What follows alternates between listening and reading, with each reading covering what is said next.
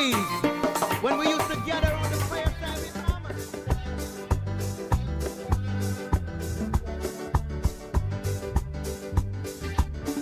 Help of the helpless Lord. Help of the helpless Lord. Help of the helpless Lord. Abide in me. Help from the helpless Lord. Help from the helpless Lord. Help from the helpless Lord. Abide in me. Help from the helpless Lord. Help from the helpless Lord. Help from the helpless Lord. Abide in me. There's a race that I must run, and a victory to be won. Oh, Jesus. Lord, give me power. Every word, give me true. There's a race that I must, and a victory to be won. Lord, give me power. Every word, give me true. Oh, give me true, Lord Jesus, give me true. Give me true, Lord Jesus, give me true. There's a race that I and a victory to be won. Hey, yo, Lord, give me power. Lord, every word, Lord, give me true. Someday glory says I shall see Jesus the sweet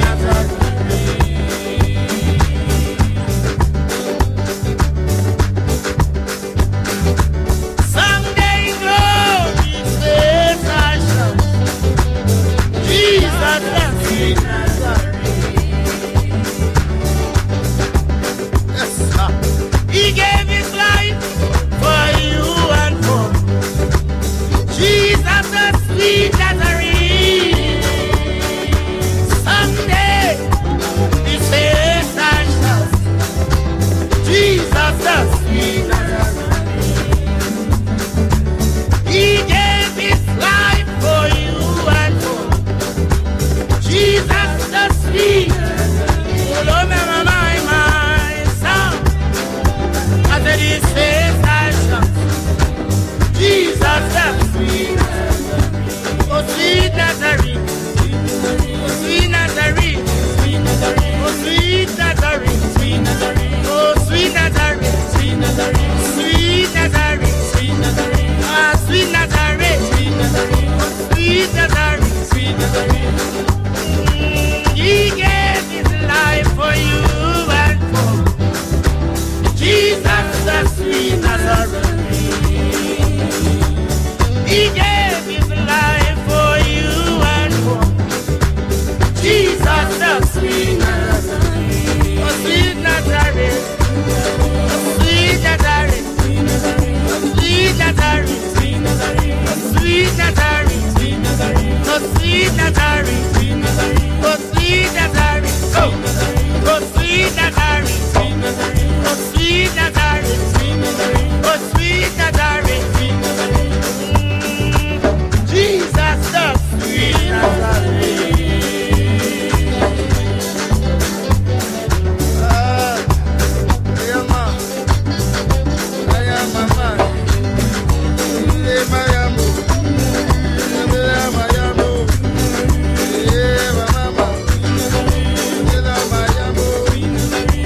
Mama.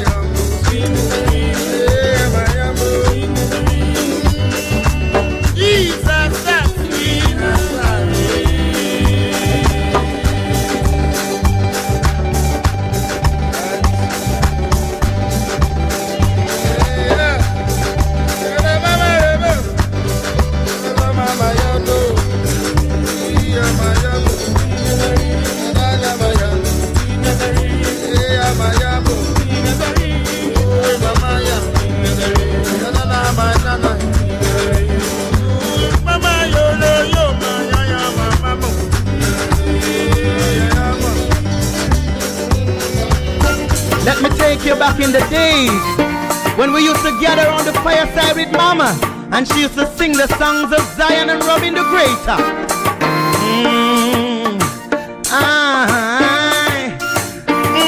Mama sing, Mama sing. It goes like this.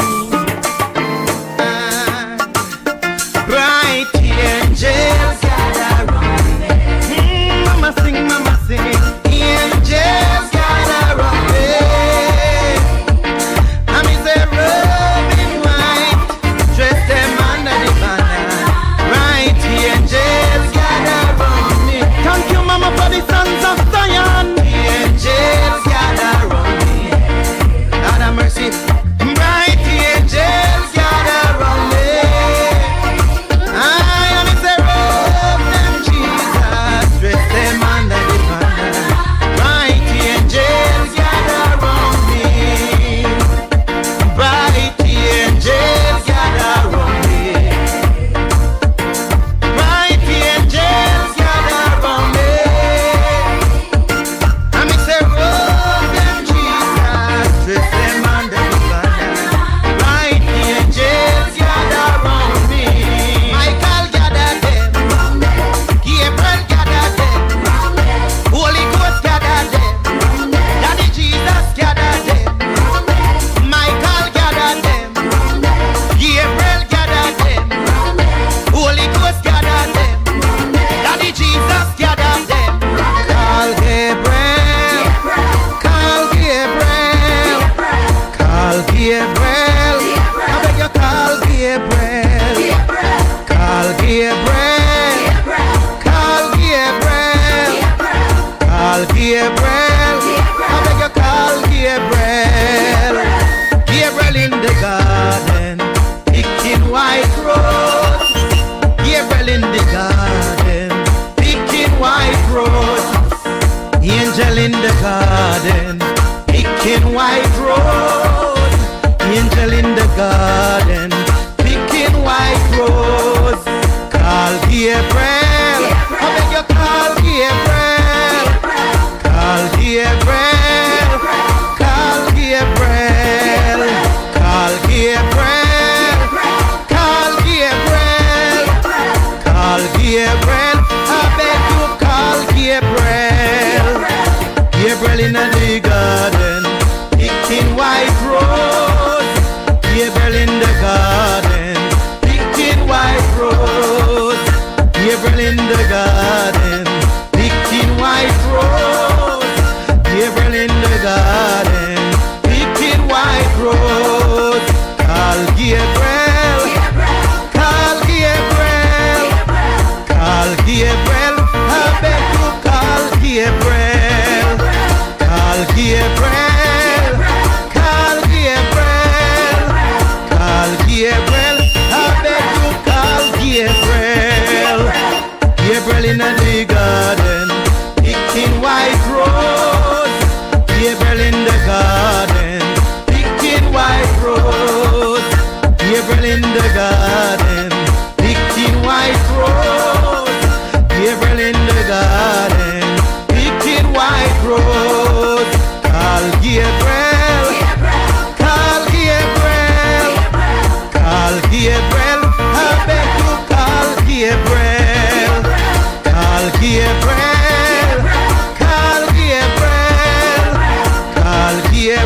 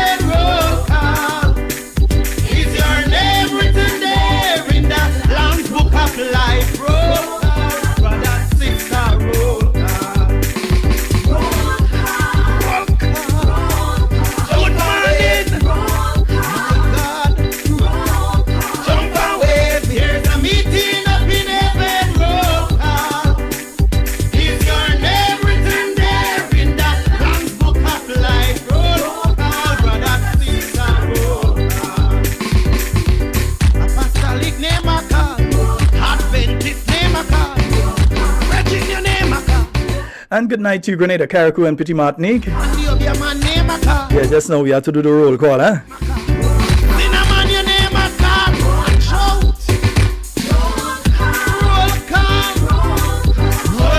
Hope everyone is having a fabulous night tonight. My name is Sheldon Scott. I'm here with you up until the 10 o'clock hour. It's now 10 minutes after the hour of 8 o'clock on the Spice Isle of Grenada. Is your name written there in that long book of life? Roll cause I am choosing you. Lord, the book is open. Bishop, your name a call. I remember name a. Yes, indeed. Roll call. Say your name a call. But shall me not hear your name? Yeah, for some reason I have a feeling that something is a little too loud. Everybody listen to your name. Not sure what it is. Just let me know if you all are hearing clearly and everything is okay. My God. Jump away. There's a meeting up in heaven. Roll call. Is your name? Yes, and on Facebook I see Teresa Gill Langdon, Jane, Jill Williams, Trisha James, Nesta Sinclair, Gillian Prescott, Sue Steele, Shirley Lacrette, Shauna Simpson, Dylan Pear, Wallan Akwat, Shemi Joseph, good night to you. I also see, let me see, Esther Peters is there. Who else is on? Let's go down the line here. And I see Gillian Prescott. I see you there. Pamela Hackett, Winnie Simon, Sharon Felix, Sherry Lambert, good night to you, my dear. Hope everything is going all well. Etta Batiste, Figgy Lewis, good night. Kishan McSween, how are you doing, bro?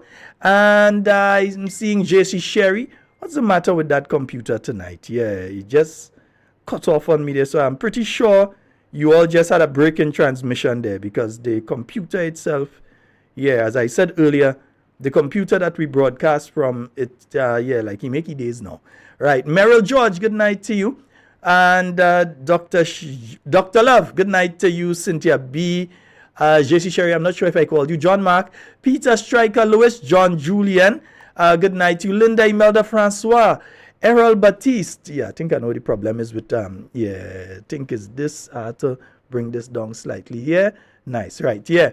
Teresa Buddy Frederick, good night. Ingrid Bourne, and seeing all of you, did it. I thought I put this on silent. Why making noise in the background? They bing, bing, bing. You have to relax yourself, cool it. Right, yeah. And on the YouTube, good night to everybody, because a pile of people on the YouTube, so we say a special good night to everybody on the YouTube. Now, YouTube people go vex with me. Let me call some name.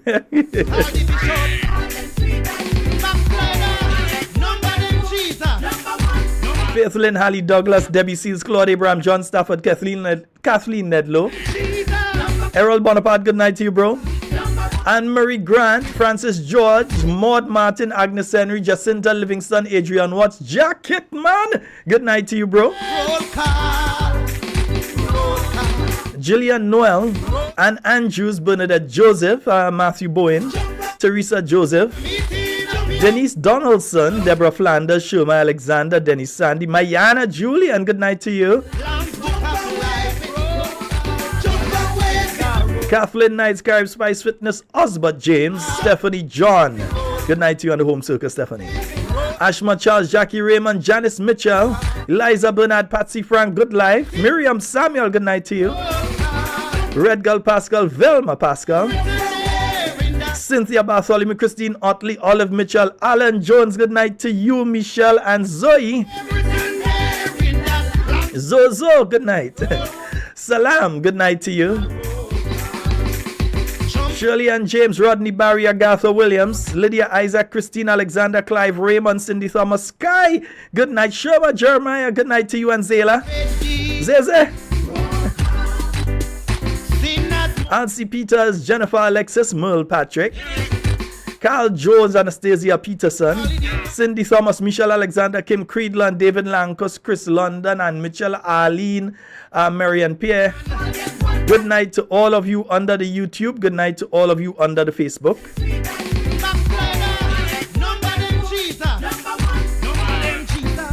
Yeah, just trying to figure out why my why it cut off every now and again, so you might realize the program kind of stick. So let me know. Just give me a message. Let me know if you all are hearing me clearly. And also if the video is okay. Yeah, I want to make sure, because I realized that the program that I'm using cut off a while ago and came back. So I just want to make sure it didn't interrupt too badly.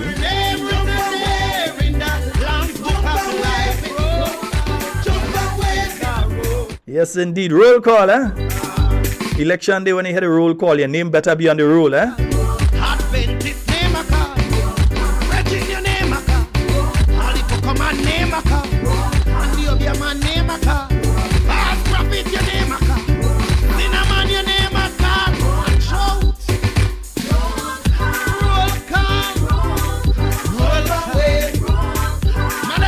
All right, I get too loud and clear there. Yeah, everybody's saying everything is okay. So you ready to go? You all call all your friends, your family, and tell them Talking Points is on already? You all like the video already? You all like and share the video already? Yeah, let me see if we could get it up to 200 on each of the pages tonight on the YouTube, 200 on the Facebook,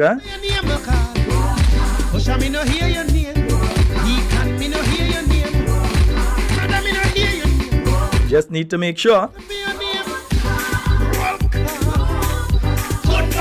Roll call, everybody in your phone. You're sending it for them, yeah.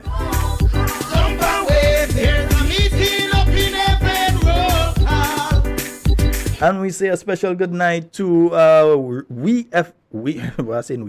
God, Shaggy, good night, brother. Yeah, a special good night to We Noise Radio, 94.9 out there in Brooklyn. Jesus is coming. And Real 91.9 FM. Are you ready? Folks, and that's something we have to talk about, because I am considering the option of possibly placing the program on another radio station. But it will involve us coming up with the funds on a monthly basis to cover that bill. Yeah, we will have to come up with the funds on a monthly basis to cover that bill. So I'm thinking that we need to expand to one of the radio stations. I have one in mind outside of Real FM, because Real FM is only able to carry us on Mondays and Tuesdays. So we need to expand, and we're going to have a further conversation about that. If we're going to engage a radio station, it would mean us having to come up with the funds on a monthly basis to cover the cost of the radio station if we go that direction, or we can continue as we're going right now. You all will tell me which is best, which you all are willing to help with, what we can do, yeah? As I always say, it's your program. I'm just sitting in the seat, but it's your program, So if you all find we need to do that and you're all willing to assist, right. If not, and continue just the way we're going, which is good, no problem. But just over the weekend, I was brainstorming, and I thought that might be an important direction to be heading, yeah? Rick English, I see you reaching by.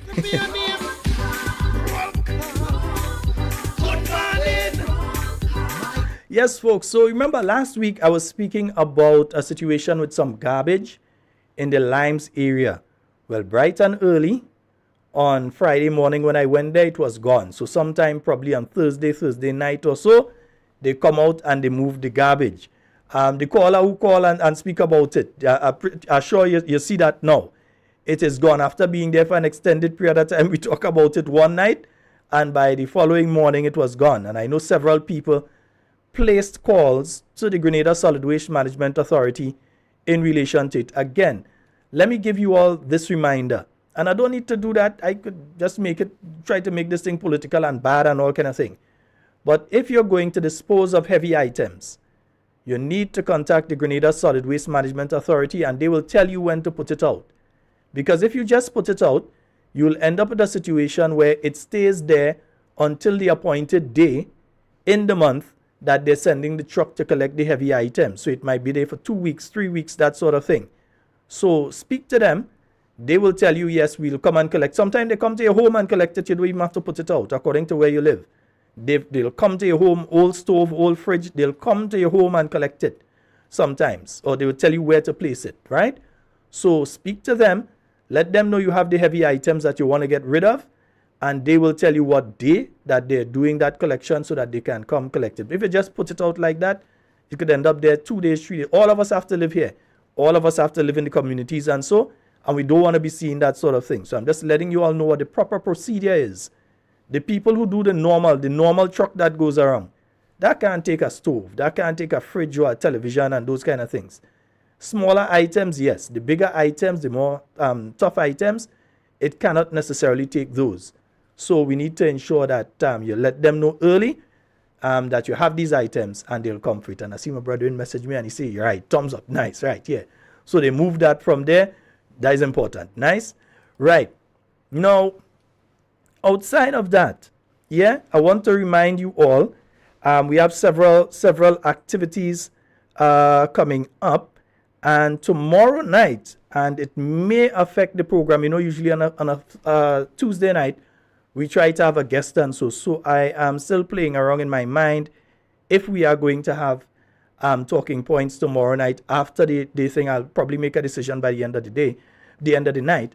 Tomorrow night, you have the meeting that was moved from yesterday is taking place tomorrow. So that's the zonal meeting at the Grenville Secondary School. And we have speaking there, Dr. The Right Honorable Keith Mitchell, Honorable Emlyn Pear, Honorable Kate Skeeter Lois Peters. I like to give her she full name, right? Mrs. Yolan Bain Hosford and Miss Lorena Waldron. So they'll all be there tomorrow night at the Grenville Secondary School, tomorrow evening at the Grenville Secondary School, starting at 6:30 p.m. Of course, for those of you who are outside of the St. Andrew area and would like to see the activity, yes, we will be streaming. But if you're in St. Andrew, you should go on out and show your support, go on out and hear the message of the new National Party. So that zonal meeting is taking place at the Grenville Secondary School. It is taking place tomorrow, Tuesday, the 8th of October, and it's starting at 6:30 p.m. Again, speakers, political leader, Dr. The Right Honorable Keith Mitchell, Emlyn Pear, Honorable Emlyn Pear, the MP for St. Andrew Southeast, Honorable Kate Skeeter Lois Peters, the MP for St. Andrew Northeast, Mrs. Yolan Bain Hosford, the constituency lead for St. Andrew Southwest, and Miss Lorena Waldron, the constituency lead for St. Andrew Northwest. So those are that's for tomorrow, and we also have the zonal meeting for Thursday, and Thursday's meeting is going to be taking place at the Wester Hall Secondary School, and all these meetings take place at 6:30. That's a Thursday, the 10th of October. It's going to be taking place at 6:30 p.m. at the Wester Hall Secondary School, and of course, you've got Dr. The Right Honorable Keith Mitchell will be there, Honorable Emlyn Pear will be there, Mr. Oliver Joseph will be there, and Mr. Gregory Bowen will also be there. And folks, also coming up, the 40th anniversary bingo of the new National Party. That will be taking place coming up on Sunday, the 27th of October. That's the 40th anniversary bingo of the new National Party. It's a fundraising event. Cash and prize is $100,000. The first prize, a Suzuki Ignis hybrid car. Yeah, so you could, you're getting your bus to go up or you walk across if you're in St. Andrew and you could end up driving back home or being driven back home if you don't yet have your license, right? So a Suzuki Ignis hybrid car, that is the top prize. Also $50,000 in cash and other prizes up for grabs. Tickets only $60 for one or $100 for two. Free buses are available island-wide. So get your crew together. Yeah? You get together your crew. You contact the new National Party. They tell you, okay, we're sending a bus for you and your crew. And a bus come and collect you and your crew. Or you organize with the bus and the new National Party and so on. Right. Victoria Park in Grenville is where it's taking place. And remember that's Sunday the 27th of October starting at 5 p.m. The 40th anniversary bingo of the new National Party, where you could win a whole car plus cash and other prizes. All right? Yes, indeed. Folks, we're going to have the phone lines open as usual on a Monday and a Tuesday. We try to have the phone lines open if we don't have a guest. Ziggy, I see your day inside, brother. Good night to you, Ziggy. I hope everything is going all well and okay with you, my brother. Right, yeah. Why this computer doing all this kind of simmy-dimmy and all kind of thing? As soon as I want to go and show me clips and them, the computer, I find that computer acting like a certain political party that is not the NNP. Yeah, I find that computer acting as one on them. Yeah, talking as one of them on the other side there. Yeah. Yes, folks. Interesting enough, I was paying attention to several things with the Grenada Union of Teachers over the past week. As we know, the Grenada Union of Teachers have stated that they are taking industrial action. They have not gone into full-blown strike, we staying away from schools or we march in the road, as they may have done under a certain other political party. But that's another story for another time. Right. So they have been they're wearing their union T-shirts. I saw several of the teachers in their union T-shirts today. They have their red day. They have their thing where they go outside during lunchtime and they reflect. They've been sending videos, all different things like that. Now, this is in relation to the fact that several teachers up to this point, as far as we know, still have not been paid. In some instances, you have teachers who were not paid for as much as 5 months. And the union has said enough is enough. My only argument with the union is this. I would say that the argument now is not just to do the contracts in a more timely manner, but that you ought not to be discussing any contracts. We were very clear last week when we did our show that it's ain't supposed to be no discussion about no contracts and thing right now.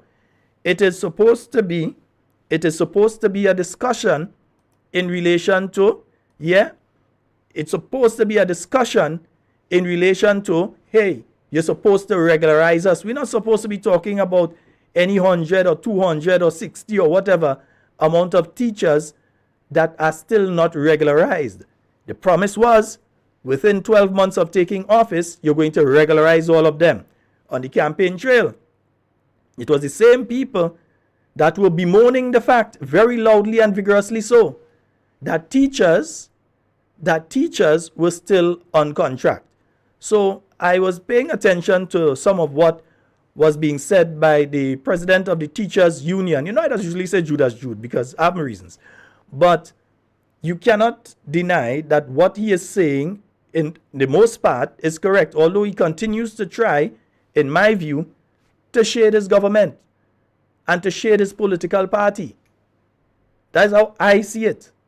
That is my perception, because if every time you're talking, you have to repeat in one press briefing, you have to repeat at least 6 or 7 times that I know the Prime Minister don't like that and I know the Prime Minister vexed. The Prime Minister in charge of cabinet. The Prime Minister is in charge of the ministries. If the Prime Minister wants to pay particular attention to that to make sure it gets done, he can do that. So to come and say, try to pull him out, you can't pull out blame from he and the ministers and so. Because if it was another political party in office, they would have been blaming the government. But the ministry had their press conference with the acting minister last week.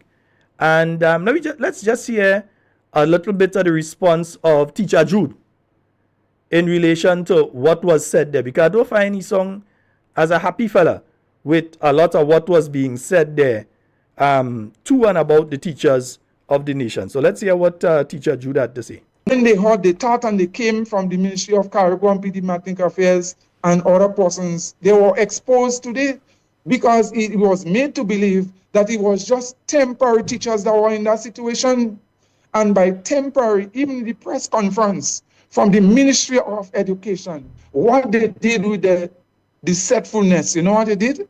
They also kind of take it to the nation and twist it to make the nation believe that it was only teachers. This problem is just for teachers who now coming in the system. Coming in and they get a job in September, so they did not get paid. And this is the farthest from the truth. If this situation were, let's say, teachers who just get a little job, a little work in September, and that happened, then that would have been a little bit more reasonable because the process. But that is not what happened. And is in this day and age, where in other ministries that workers are paid every month and on time, is it only in the Ministry of Education?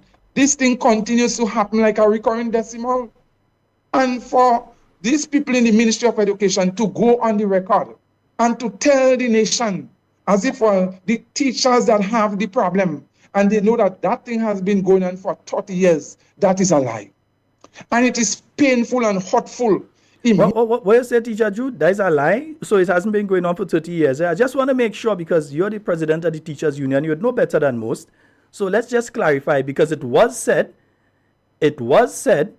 that for 30 years this sort of thing has been going on. So Teacher Jude, the president of the union, is telling you that that is a lie. The nation, as if the teachers that have the problem, and they know that that thing has been going on for 30 years, that is a lie. And it is painful and hurtful. It makes the matters worse. It makes matters worse when teachers listen to this press conference by the Ministry of Education and others to say that that problem has been going on for 30 years. Which 30 years? Which 30 years? And brothers and sisters, my fellow citizens, even if this problem have been going on for 30 years, that is no excuse for this administration and the Ministry of Education to leave it that way. Because the Grenadian citizenry has really and truly voted for change and put persons in change to really and truly in situation, to really and truly to remedy and to rectify anomalies and past occurrences of what used to happen before. So we take no excuse, and the nation should not fall in that sort of trap with the craftiness, the kind of anansi thing, the guileless, and whatever persons from the Ministry of Education went there in this press conference to do, to try to make the teachers look bad. So what they... So yeah, Teacher Jude ain't happy at all. Yeah, all you go on, all you interfere with Teacher Jude. I doesn't interfere with Teacher Jude. A liar doesn't interfere with him all the time. So Jude, how you doing, brother? Yeah, that's what I was always telling them. May is one day. The rest of the year is mine. So let's just look at Teacher Jude again. Yeah, sorry, we had to take a look at more Teacher Jude again, because there was a lot of hue and praise and so that we reopen schools in Carriacou, Ziggy, we go link just now. We reopen schools in Carriacou, blah, blah, blah. But let's see the reality of what some of the children are facing in Carriacou. And this is not Sheldon Scott go up there and tape anything. This is the President General of the Grenada Union of Teachers himself, who went up to Carriacou and spent a number of days interacting with the students, the teachers, the residents, everybody in Carriacou. So a delegation from the Grenada Union of Teachers went up to Carriacou, and this is the situation that they saw, because I know many of you may not have seen it. We're going to play it. It's a little extended version, but yeah, I ain't showing the whole thing, but at least for you to get an idea of what the students, the teachers, the parents, and everybody, what they're going through in Carriacou at this point in time. To our listening public, wherever you are, throughout Grenada, Carriacou and Petit-Martinique, and especially the citizens of Carriacou and Petit-Martinique, the president, this is the voice of the president of the Grenada Union of Teachers. Together with me, we have some elected officers here, and our mission is we visited Carriacou and Petit-Martinique to see what is happening for the reopening of schools and the conditions under which teachers and students are operating under. And so right across the board in discussions with teachers of Carriacou and Petit-Martinique, and also the principals and such, with the limited discussions that we had from the Ministry of Education again in Grenada. All right, the Ministry of Education, and also in the Carriacou and Petit-Martinique affairs, that no discussion with union, no discussion with teachers, very limited discussions with principals over here. And what is happening here, that we have just visited Dover government, the compound here where the preschool is, and the horror that is really taking place there under the tents without discussion. So we just want to show you, because we're drawing attention and we're calling on the Ministry of Education to really and truly fix this situation here today. This is an emergency situation and an urgent situation. The sun is hot, the heat under which these people are under these tents. Children, they are sweating, they are crying. Teachers are crying out here. People are fainting here before they faint and fall here. All right? So we're asking the Ministry of Education, and we're asking the government of Grenada, Carriacou and Petit-Martinique affairs this is an urgent situation now of today, to put things in place, mechanisms to move the children and the teachers from this place here. You're watching people here, they are fanning, no fan, no electricity, no nothing here inside an enclosed tent. and it is very, very hot. Teachers, everybody, uncomfortable, they're crying. They're crying out here this morning, the principal and everybody. You could see what is happening in this enclosed area. Parents are coming in here and pulling out their children. They're very hot. Pulling out their children. This is not a conditions under which we understand that there is a hurricane here and we understand the effects and such, but with proper planning and discussion. And that is the reason why we were emphasizing that the Grenada Union of Teachers is not the enemy of the state or the enemy of the Ministry of Education. And so health and safety is of paramount importance for all of us. And if we come together, sit and discuss, then we're going to have better ideas and such and to be able to implement. But what we've seen here today, that is a disaster. And such, and people fall here and faint here and such. Really and truly, you've seen tears from teachers. Look at the children under here, children fanning. They can't stand the heat in an enclosed tent. No fan, because you can't put fan inside here. You can't put air condition inside this place here. No electricity. To add to that, they know injustice. No water here for a few days. No water, you know. So look at the teachers here. What tears coming out in their eyes. You can't treat our teachers so. We represent our teachers. Health and safety. So we asking, this is an urgent situation here. Very urgent. I just want to show you. This is an enclosed UNICEF tent here, you know. Enclosed, you know, all around. Inside there, the heat. You can't have class here. Inside there is burning. Heat and pressure inside this enclosed area. And that's what happens when you have no discussion with the union, no discussion with teachers and such. And so not only for the teachers here this morning, but for the children, we have to take those things into consideration. We discuss, we plan, and let's put things in place. So this is another havoc care disaster, which we call in a Ministry of Carriacou and Petit Affairs and the Ministry of Education in Grenada, to move urgently to address this situation here and to put a hold. If the children can't come to school as yet and the teachers, put proper things in place. Get another facility somewhere in the community as something that could happen, because they cannot stand it here before somebody die here. Some teacher or somebody child, they cannot take it here. This is an enclosed tent where you could have no water, no light, no air, no fan, no air conditioning unit in enclosed. The sun is extra hot over in Carriacou. Right, so look at this area here. Water when the rain falls and such. Water inside the classroom area. You don't have no concrete here. More on the ground, the tables. On the ground and the floor. This is the conditions under which they put the children. This is the conditions here. And that's what we're fighting against. Not only for the teachers, but today for the children. The children and the teachers and the parents who are really saying they weren't really truly part of the discussion. The teachers were never part of the discussion. The union was never part of the discussion. And the high-handedness of the Ministry of Education in just imposing their will without discussion. And that is where we are today. So an enclosed tent, people are sweating, people are going to all sorts of horror here. So we call in Dover especially. And there are other situations in other schools in Carriacou and Petit which the teachers and students are complaining about. But this place here is the worst of them all.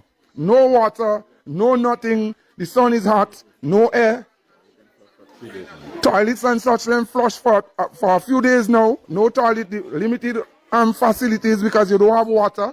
And so how can you have school? We understand the situation and the importance of getting back the children to school and the teachers. But that's why we meet and we say, let us have a discussion with the Ministry of Education and plan properly. And when you hear from the union, you hear from everybody, then we put a proper plan in place instead of just doing things well. And these are the conditions. Health and safety in the workplace is of paramount importance for our teachers and is of paramount importance for the children. Yes, indeed, folks. So that is not somebody telling. Yeah? That is not somebody telling Teacher Jude that and Teacher Jude saying, well, I hear this is the situation in Carriacou. He went to Carriacou. He take out his mobile device and he made sure that he did a live. And he let people know this is the situation in Carriacou. All he lied, they give him lie. You hear the MP come in and talk about reopen schools, and there's a wonderful achievement, we've been able to reopen schools. And you have toilets in the school that ain't flushed in days because there's no water there. And Jude, and me and him doesn't really agree most of the time, but when you're right, he's right. Nobody should be sending their children to that facility in the type of temperatures that we've been having. And even if we don't have the temperatures and we have the rain, then you're talking about mudfest there right now. No mechanism for them to receive some cool air or nothing like that, or to shield them from the sun properly. So they're just basically in a heat box.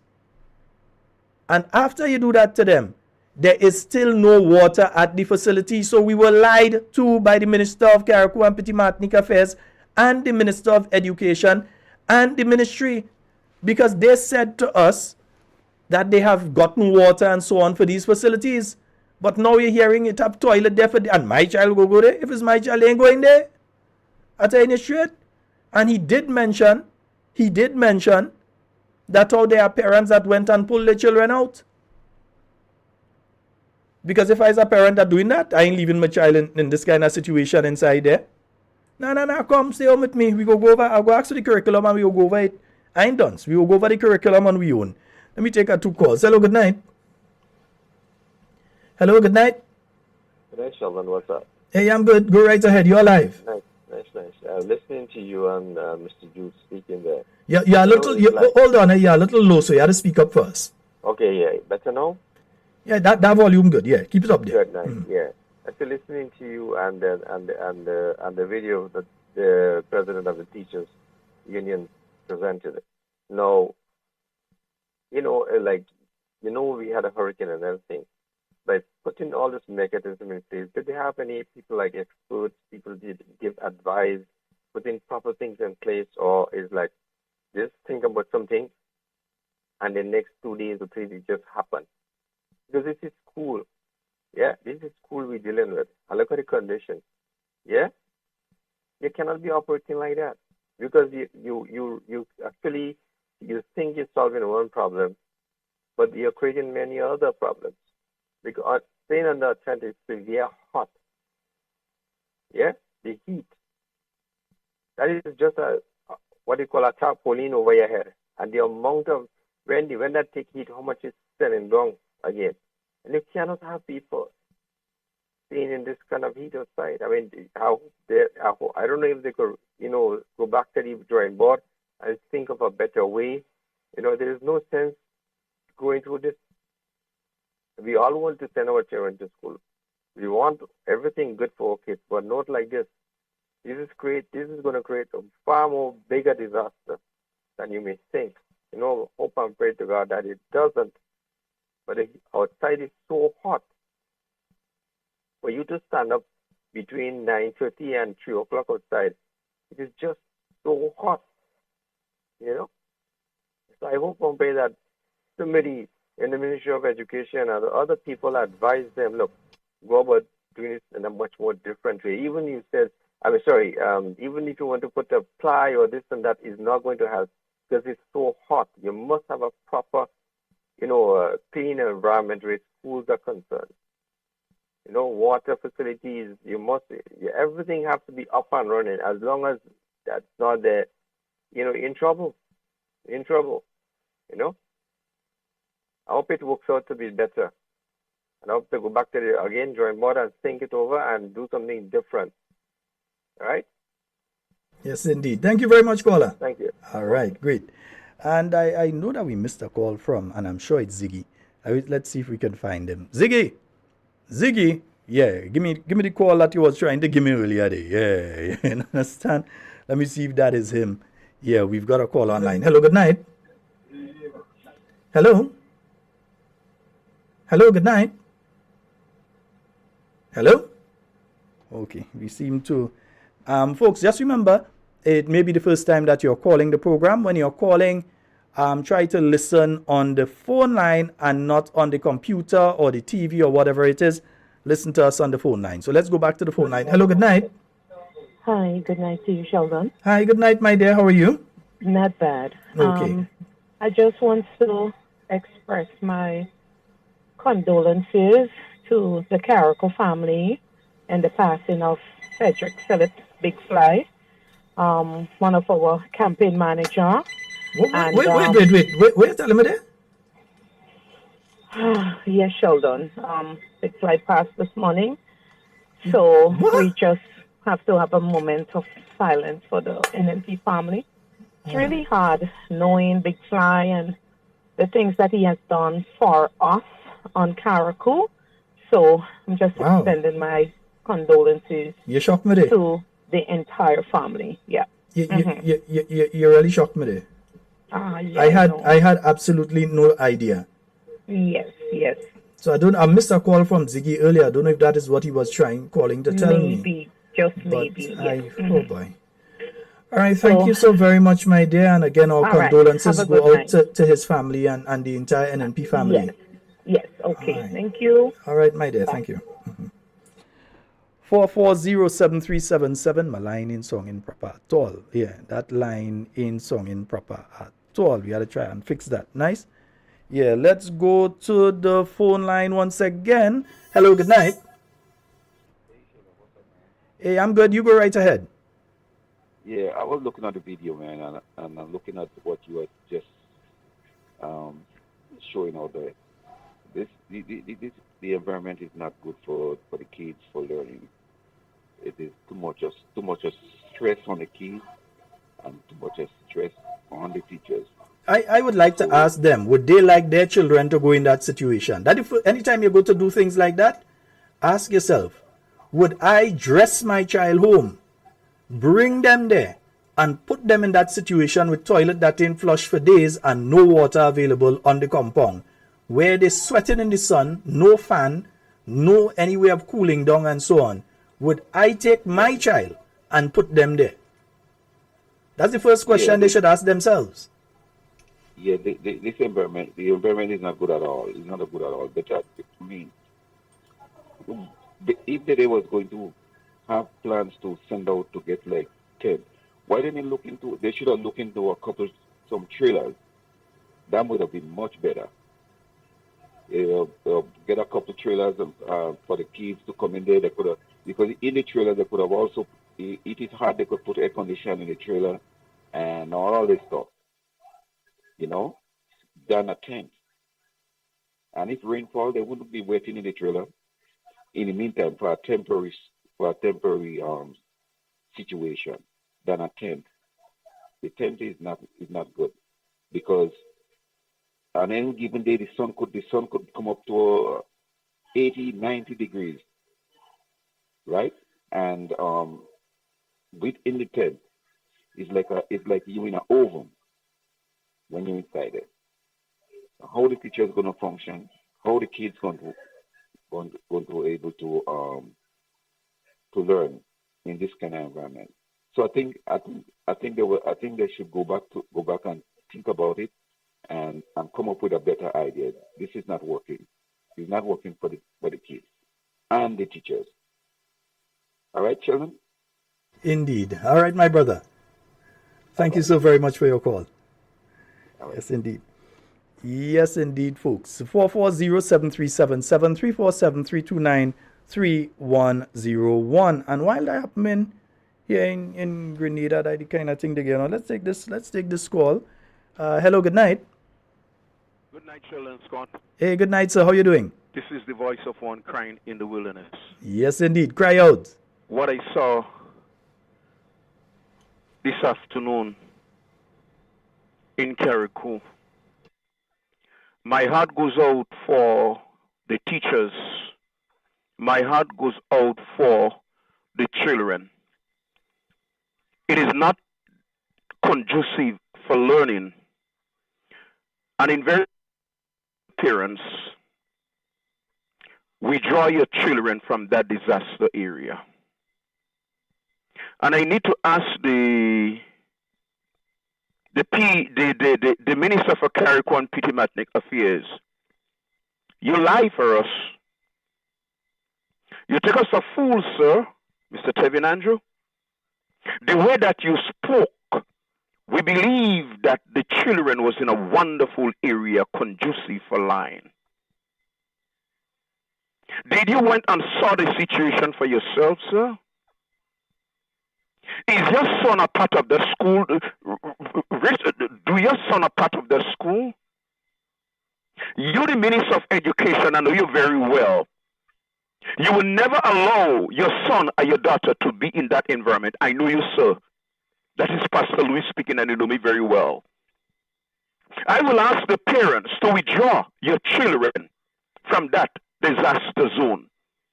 Sheldon, you know the amount of sun that passing these days? And to have these children under this tent? And I sit on here tonight and see teachers fawning and children fawning. And I saw mud. And the children walking on mud. And all you take a plane load, SVGA, a whole plane load, and all you go up to Carriacou last week, Monday, to give people the impression that you all is doing something good. Sheldon Scott, this government have to go. And they have to go. They're too deceiving. They're too lie.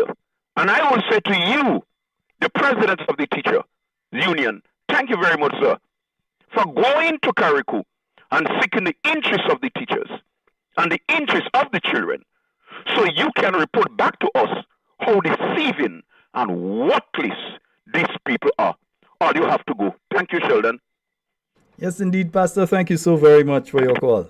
And folks, just before I go back to the phone lines again, let me just show you all something. While we here in Grenada, let me show you what St. Vincent been doing, right? Yes, nice. This is a temporary school in St. Vincent that they have just completed, yeah. Well, we have one of the classrooms at Annisville for the Union Island Secondary School. You see the whiteboard? Yeah. Is there? There's an adjacent room. Yes. You can look at it as well. Seating arrangements being made. And the teachers from this place here, you're watching, and people here, they are fanning, no fan, no electricity, no nothing here inside an enclosed tent, and it is very, very hot. Teachers, everybody, uncomfortable, they're crying. They're crying out here this morning, the principal and everybody. You could see what is happening in this enclosed area.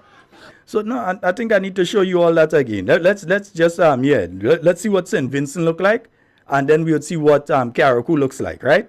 So let's Comrade Ralph, look, the Comrade did, nice, right? So Comrade Ralph, let's see what St. Vincent has been able to do in the same amount of time that it took the administration here to set up some tent, right? Let's just see quickly, yeah. Well, we have one of the classrooms at Annisville for the Union Island Secondary School. You see the whiteboard? Yeah. Is there? There's an adjacent room. Yes. You can look at it as well. Seating arrangements being made. And the teachers from this place here, you're watching, and people here, they are fanning, no fan, no electricity, no nothing here inside an enclosed tent, and it is very, very hot. Teachers, everybody, uncomfortable. And remember, the minister, Mr. Andy did say that how Grenada, we advanced to Carriacou. Yeah, he'd say, Grenada, we advanced, and so, he said Grenada, we advanced compared to what is taking place out there in St. Vincent. We've got a call online. Hello, good night. Fado. Hey, where you seen Fado? Yo, what's up, mate? Monday, Father, Monday. Condolences to Big Fly and the family still, you know? Yeah, First thing I want to say. Morale Soldier. Alright, so I kick back having a conversation with Mary Jane, and a thought just come to mind. Mm-hmm. So, there's a big push for mental health and mental awareness and all that, right? Mm-hmm. I assume based on the, NGOs, the connects with them, they begin fundings or support from outside entities and that kind of stuff. They suggested that the kids be tracked in the school, so the chances are they might be prescribed regulated drugs by different pharmaceuticals, right? I hope not. I would like to hope not too. So the thought that I was having though, when me and Mary J conversating, is that if the general public or the masses is being distressed, right? The school, the kids are put in uncomfortable situation, the chances are there would be need for counseling and that kind of stuff, right? Yes. There will be. So, okay, so the individuals that's pushing the mental awareness and mental health, who are those factions actually? Do you have any idea? Well, we have a minister of mental health, mental facility. I don't know if it's the minister that pushing that or who, but to do that and then to possibly find the children being medicated, I hope that doesn't reach to that stage that you say, well, they're depressed. Because we see what's happening in the wider world with that, the US and so, where they're prescribing drugs to children as young as 8 and 9 and saying they're depressed and they need this and they need that and so on. We see what is up for the rest of their life done that. So exactly. Let's hope we don't see a duplication. Well, I for one wouldn't stand and allow that to happen here. I'm telling you that straight up. I wouldn't stand and allow that to happen. I totally agree. The next situation I would like to highlight or ask a question about more or less. Since is the act for kids being in school mandatory for 18? Is that statute valid right now, or is it still it is in a process of being enacted? No, it is valid right now. It has been passed in both houses. It's been signed into law. So the platforms for proper school environment is not in place, but the penalties outlined by the administration is. So how does that work? Does people get an amnesty? Do they get a grace period to say, okay, well, my kid can't be in school right now because there's no school, or there's no school environment or learning environment that I would like my school in? Like, how does that work? Well, my brother, I have no idea. I have no idea how they're doing this thing. None at all. Fadu, yeah, the place is going to change, and I don't think people are prepared for the change. Grenada is it's a very resilient place, right? They're very compromising because they more or less could take those cocoa and suck and do some things. The people is like that generally. No, I remember growing up, it was like your auntie, your grandma, your grandpapa in your house. Those were like the counselors. Those were the people that took care of your mental balance, right? There was a push to actually put the elder ones in homes and separate the family, profile. There's been a big push with females being success. No, I don't want anybody to get me wrong, but females being or having adult responsibilities does not signify independence.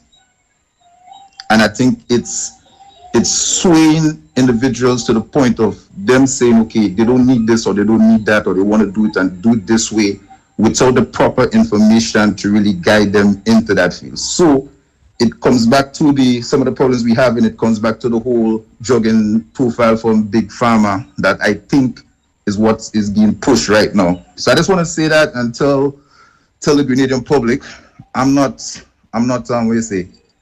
perfect by any means, I've had a lot of crazy situations, but I do stay focused on the things that matter. And some of the policies is not for the benefit of us.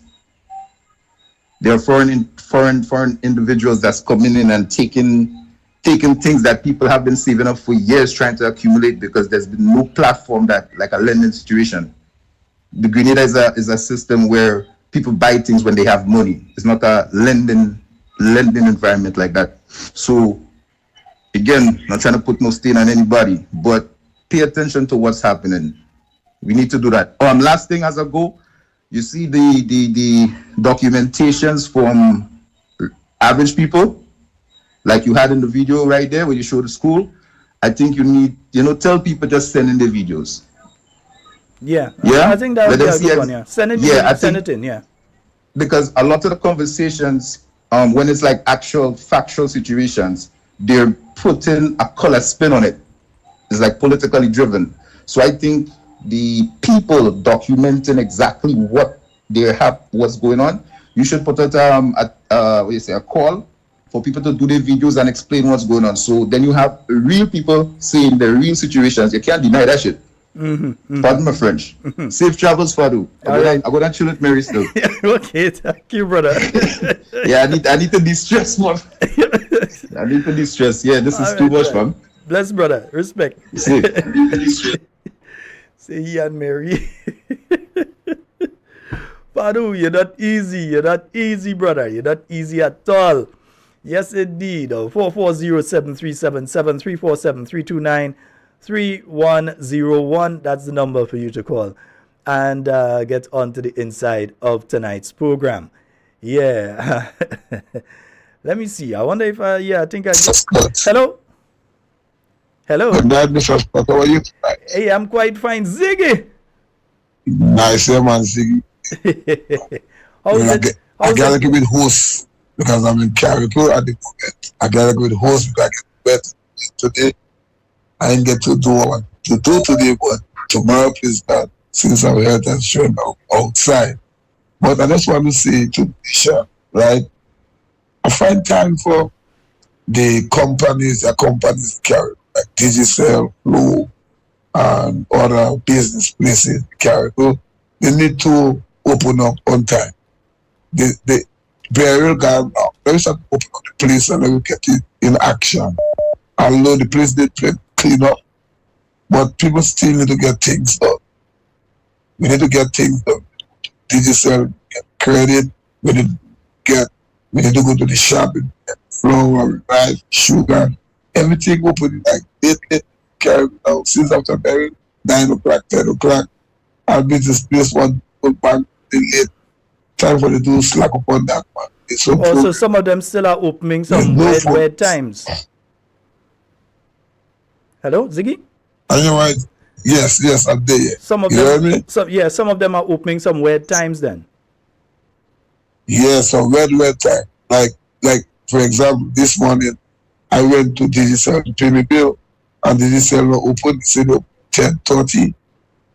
I fly up Carriacou this morning at 10:30. Digicel still closed, so I had to go and buy a SIM and pay Flow to put me up on plan for the whole for this internet in Carriacou.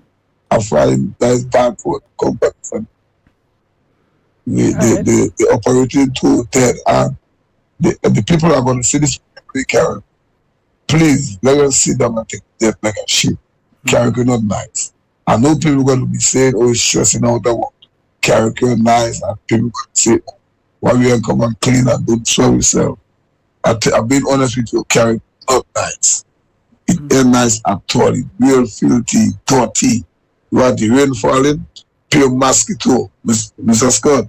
So mosquito touching you, stress is cockroach. They're coming in with the first mosquito big.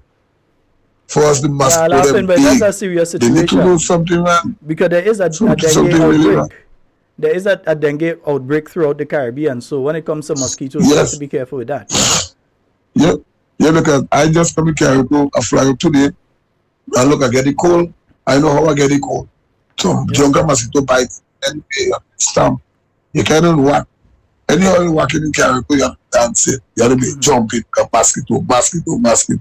But you see people afraid to come out and tank that. Like, shoot, I won't be hiding at the end. Right now I'm in an apartment and I don't put on fan, air conditioner, fan at the blow, and mosquito is singing left, right. You know, I don't turn it past. So the place is filthy still. The place, I don't know, I don't know people Carriacou, but tomorrow, please God, I'll be doing some live videos. Ziggy, I'm not sure. Even a pastor they don't buy it. I'm not sure what's happening with your audio, but I'm not hearing you that clear. I don't know if it's your voice that have the problem or the connection. But anyway, well, go ahead. I think we're pretty much picking up what you're saying, but go ahead, yeah. Okay, yeah. I passed through the Leicester I was in school. I was driving down, going down to the Marina this morning. And I see work going on, school, children in the school, and work going on at the back roof. So I was wondering how school could be going on and people walking on the back roof. I mean, I find that craziness. I don't know how them guys thinking or how the carpenter, whoever there work. I don't understand how they're doing that. Because school ain't going on only. And if for somebody that they have school in Carriacou, secondary school, your school starting like 9 in the morning. Some children go to school 9 in the morning, finish 12, and then your children going in for 12 to 3 or 12 to 2, so many.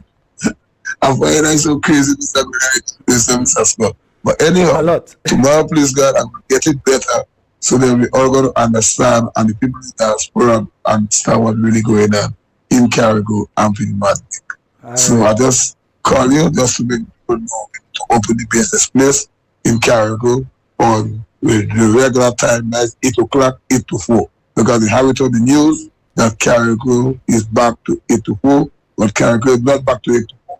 Carriacou is from 10 to 5, 10. They have most of the place at the moment. Okay. Ziggy, we're going to have a further talk tomorrow. Yes. All right? You have a blessed one. My brother, we have to talk. Take care of that. Have a good night. All right. Yes, my brother. Yes, it is, Ziggy. And take care of that cold I'm going through. Well, right now, this thing like a hurricane. You get the first part and then you get the tail. So right now, the tail giving me a little lash. So that's why every now and again I have to mute when I have to sneeze or so. The tail. Folks, I just wanted to switch gears slightly for a short while on another issue I wanted to bring up. I don't want to forget the issue that we've just dealt with. But you know us, we're dealing with different issues, and I have two more to come up with. So before I take any more calls, let me go to this other one, because this was the situation last week in River Road. And this was the situation in River Road last week, in the lower part of River Road, where the project that was supposed to have dealt with the water down there has not taken place. Yeah? So this is the Humpback Bridge that's not supposed to be there right now anyway. The Humpback Bridge is not supposed to be there because there was a project that was left there by the New National Party. You're seeing parts of the project there that should have been completed over a year ago. Yet still, the incompetence of the present government, and they're using all kind of excuse about, the bridge that was there, lie about the bridge that was there was how much money and all sort of nonsense. If when you come in, people feel you're stupid, they will give you a price to suit. But this is what is happening in the lower part of River Road. This is what happened. I believe that was either Thursday or Friday. This was the lower part of River Road, and you could see the flooding that took place there. That did not have to happen in that way if they did the project and completed the project as it ought to have been completed. So that is the flooding that you saw in the lower part of River Road, and people ended up having to pass the other direction because of the flooding and that sort of thing there in River Road. Yeah? And then, and I got that from over, and I think it's Michael Bascombe's page I got that from. And Depot. Yeah, I get a piece of video on Depot page there. Depot, I hope everything is going okay, brother. Yeah, this is the part, Upper River Road, where the project has basically been completed. Realize no water running in the road. The wall is there. It is safeguarding. The river is safeguarding and so on. It's channeling the water going down. So instead of flooding River Road, even though it's called River Road, we don't want it to continue being a river. Yeah? Even though it's River Road, you don't want it to continue being a river. So this is what happened over at the end of last week there in River Road. So this is the top part of the project, and the question remains, why is the project not completed so that this could be the situation throughout the length of River Road? So the upper part, this is up by where the Marketing and National Importing Board, Steels Auto and so, where they're located. Yeah, or at least what used to be the Marketing and National Importing Board. So now you're seeing a situation where this is happening at the top part. Yeah, the water can flow properly without overflowing and so, and flooding areas. People could go about their business as normal. But the lower part, which was stopped, which was stalled by the NDC administration, you're seeing the flooding taking place down on the lower part. And that is unfair. It is unfair to the residents of River Road. It is unfair as well, not just to the residents of River Road. It is unfair to them. It is also unfair to the commuters, particularly those who are going over the hills and Bolio, Willis, all those areas, who have to come and make the shortcut now because of what is taking place there, where you ought not to have had that problem in that area at this point in time. Yeah, and folks, I want to get into something else here. Now, the MP for the South, the Minister of Transformation, the same ministry that they gave $15 million, they say, to build 200 houses at, what, $50,000 a house, yeah. When we did this program, we said on this program, after he went on to the Ride Along program, and he said that's how they're going to be charging and different things. We said that people are going to have to pay for the houses, that the houses will not be free. He went back onto the Ride Along program the week after and accused us of all kind of thing and said that they're out there spreading talk about all the houses and they're playing politics with it. But let's hear a bit of what he had to say in relation to the houses being free. Yeah, because he said the houses will be at no cost. Yeah, and this one is from the same Ride Along, and it is dated the 10th of September. Let me see. I'll have one a little earlier. Let's go to the Ride Along program of the 3rd of no. That's it now. We'll go to the 10th. Yeah, let me go to the 10th. The 10th of September. This is what he had to say in relation to responding to us when we said people go out to pay for the houses. Yeah, nobody ain't getting no free houses. This is what the MP for the South had to say. Yeah. Right. So this house will be free for people who are affected by burial. Yes. So let's just get that straight. Mm-hmm. If you're not affected by burial and you want one of those houses, that's why we are talking to the Authority of Grenada now, who can provide an avenue for you to get one. Right. So the houses are free for the people affected by burial. That is what the MP said. Then only 1 day later, that would be, let me see where it is here. No. We also have him here, not 1 day later, but we have him here recently as on the 3rd of October. Yeah, the 3rd of October. Again, on Ride Along, speaking about the houses being built at no cost. In other words, the houses will be free. Yeah, so let's hear the MP again. People. We have Project Build Back Better, where people who lost their homes from burial, we are building back for them. And it's free of cost. First time in the history of Grenada that you have the government building back for people free of cost. And we are doing it as a government. Okay? And you're talking about people who cannot afford to build back for themselves. As the other party will talk about the poor and vulnerable, we are helping folks that cannot build back for themselves, Junior, build for them, and even not at a cost to them. But not just build back for them, but build back in a more resilient manner so that they will not be in the same situation again. This is what we are doing as an administration. So again, making sure that you understand that, hey, we bill in for people and we bill in for them free of cost. This is him. Let me see, which one is this now? Yeah, this is also him. On the 10th of September, yeah. This is also him. This is a kind of longer version of him speaking there in relation to this particular issue that people saying saying that the house is going to cost. Let me hear what you had to say. Because that's something I wanted to ask. Because after the program last week, I don't know if it was not clear enough, but somebody clipped a piece of our interview and put it out. And not somebody, me. I clip it and I put it out. Yeah, I clip it and I put it out. You could call my name, I'm afraid. And said, with the money that that the government is receiving from the insurance, they're now charging people for the houses. So you're saying here unequivocally that the people that's affected by burial do not have to pay for these houses? Do not have to pay for the houses. Okay. The people who are affected by burial do not have to pay for the houses. The Ministry of Social Development went around and they did an assessment. So we have on file. I want to make sure I heard what he said. So let me just make sure we hear what he said there. People that's affected by burial do not have to pay for these houses. Do not have to pay for the houses. Okay. The people who are affected by burial do not have to pay for the houses. The Ministry of Social Development went around and they did an assessment. So we have on file everyone who are affected by burial. Okay. As a matter of fact, last week my ministry went out to verify the names of the people, to verify the land, to ensure that they have sufficient land to build back. And today again, They went out today again in St. Patrick's East, St. Patrick's West, in St. Mark, St. Andrews.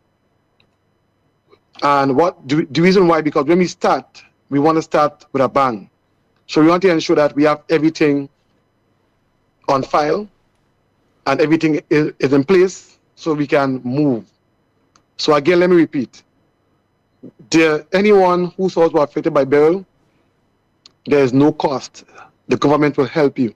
We just want to make sure we hear you clearly. Yeah? We don't want to misconstrue your words or obfuscate the meaning of your words. So we want to make sure that the Grenadian public are hearing clearly what you're saying, sir. Again, let me repeat. Anyone whose house was affected by beryl, there is no cost. The government will help you. The government will help. And I must say, Junior and Grenada, I was just reflecting on that today in my mind. And I'm saying, you know what? We are blessed. Mm-hmm. Yeah, we are blessed. All right. So, yeah. So, nobody will have to pay for the houses. We're just making sure that we're hearing the Honorable clearly. Because also on the NDC heartbeat, on the 8th of September, on the 8th of September, he had this to say. Let's just open it out here. On the NDC heartbeat program. So it's not one place he said that the houses will be free. So your house destroyed by beryl, that includes all the people who lose their house in Carriacou and so on. If your place is destroyed and they're building one of these houses for you, you are supposed to receive it free. You heard it. I heard it. That is what the Minister of MIT, the person in whose hands the 15 million at 50,000 a house or 200 house, do your calculations. That same individual, is the one that has been saying this to us. So it's not we saying it. He is the one saying it. From Project Build Back Better, free of cost. Now these are the folks that would benefit from Project Build Back Better, free of cost. Let me hear again, free of cost, right? We want to make sure we don't want to obfuscate the meaning of your words. We want to make sure that we are very clear in what you have been saying to us, that these houses will be free. From Project Build Back Better, free of cost. Now these homes are so well engineered that we think that even though someone is not affected by Hurricane Beryl, but they want a home like this, which is cost effective, we are looking at doing 2 bedrooms. Right. So the only people, Terry, I know you were involved. Right. So the only people who are supposed to be paying, right? The only people who are supposed to be paying are those, like if I, Sheldon Scott, decide I want a house and I'm a piece of land and I go to them, we are supposed to be the only people that are paying, isn't it? So says the Minister of MIT. But yet still, I was looking at the throne speech with great intrigue. Well, you can't really say we had a throne speech this year. I don't know what that was, because the thing, by the time you tune in for the throne speech, he done. First time I've ever seen such a short throne speech, because the government basically had nothing to say anyway. So everything is wait on the budget, wait on the budget, wait on the budget. No, your throne speech extends past the budgetary period. It extends into the entire year, for the rest of this year into next year. Yeah, the parliamentary year, what is going to be taking place. So I was looking at the throne speech, which I won't comment much on because there isn't really anything to comment in the throne speech. I think was a waste of time, quite frankly, to sit and listen to that. And that is not an indictment on Her Excellency Dame Cecile La Grenade. She didn't write it. They wrote it and handed it to her. So she had to read what they give her. Yeah? So I was listening to the Minister of Finance when he was speaking on Friday. And I was kind of surprised by the statements that he was making. I was listening to the Minister of Finance. Yeah, let me hear what he had to say. One of the things I want to say, and I've said it before, I think, is that while we are building back houses, and while we are saying that government is making an input into that sector, the populace should not expect that government will be able to provide them with a free house. There is no such thing. Wait. No, we didn't think we hear you properly there. No, what were we not supposed to expect? Expect that government will be able to provide them with a free house. There is no such thing. So whether or not we build back better under the programs that we have. We do the Project 500. Somewhere along the line, we will have persons to pay for their accommodation. Now, I wouldn't tell you that one size fits all, but if somebody has the wherewithal to build back their home or to at least contribute towards their accommodation or livelihood, government should not be called upon to give everybody a free house in Grenada. It's impractical. That's not possible. And so those up there who is pushing that agenda, I say to you now and again, government cannot build back a free house for everybody.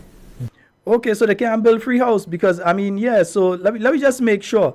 So those who pushing the agenda, and I think you all just saw who is pushing that agenda. You all saw who was pushing the agenda. Because able to play for you where they said it on the Ride Along program. I hope my program they don't get pulled. Auntie Johnny, I hope my program don't get pulled off the internet. So you better tell all your friends to watch it quick tonight. Yeah? All 1,000 plus of you that are on right now on YouTube and all of you on Facebook, tell the people and them, make sure, right? So you want to make sure, because it kind of has somebody sitting in the cabinet with you that you might be throwing this word for, Mr. Minister of Finance. I say to you now and again, government cannot build back a free house for everybody. So let me hear you again. Let me hear you, yeah? Upon to give everybody a free house in Grenada. It's impractical. That's not possible. And so those up there who is pushing that agenda. Who pushing the agenda? All right. You want to make sure we know, you might know the guy because I think it has some, yeah, you might know who pushing the agenda. Let me just make sure, yeah? And so those up there who is pushing that agenda, I say to you now and again, government cannot build back a free house for everybody.